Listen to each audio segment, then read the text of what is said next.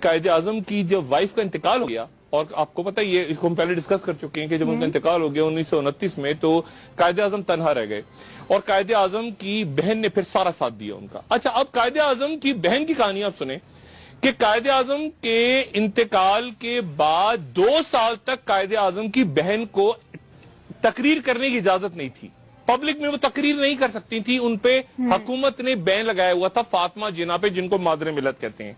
اور تیسری برسی پہ ان کو ریڈیو پاکستان میں کہا گیا کہ آپ ان کو تقریر کرنے کی اجازت دے دیں،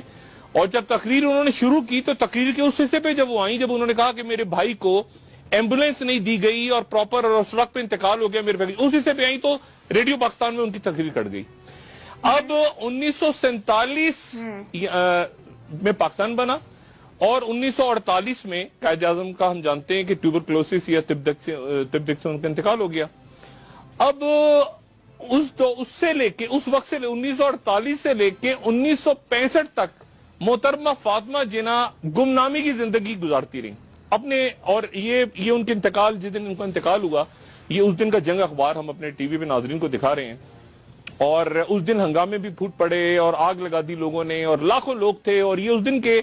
دن کے اخبارات کی میں فوٹیج آپ کو دکھا رہا ہوں جس دن فاطمہ جناح کا انتقال ہوا۔ اور ان کا انتقال اس طرح سے ہوا کہ رات کے وقت اچانک اعلان کیا گیا کہ فاطمہ جناح کو دل کا دورہ پڑا ہے اور وہ انتقال کر گئی ہیں، اور جتنے بھی لوگ اس وقت موجود تھے، سیاستدان تھے، باقی لوگ تھے، انہوں نے الزام لگایا کہ فاطمہ جناح کا انتقال جو ہے وہ نہیں ہوا طبعی طور پہ، بلکہ انہیں قتل کیا گیا ہے۔ یہ الزام لگایا گیا کہ انہیں قتل کر دیا گیا ہے، اور یہ پھر جنگ اخبار میں آپ کو دکھا رہا ہوں 1972 کا جنگ اخبار، جس میں یہ خبر ہے کہ باقاعدہ عدالت نے ایک پیٹیشن منظور کر لی، اور اس پیٹیشن میں یہ لکھا ہوا ہے،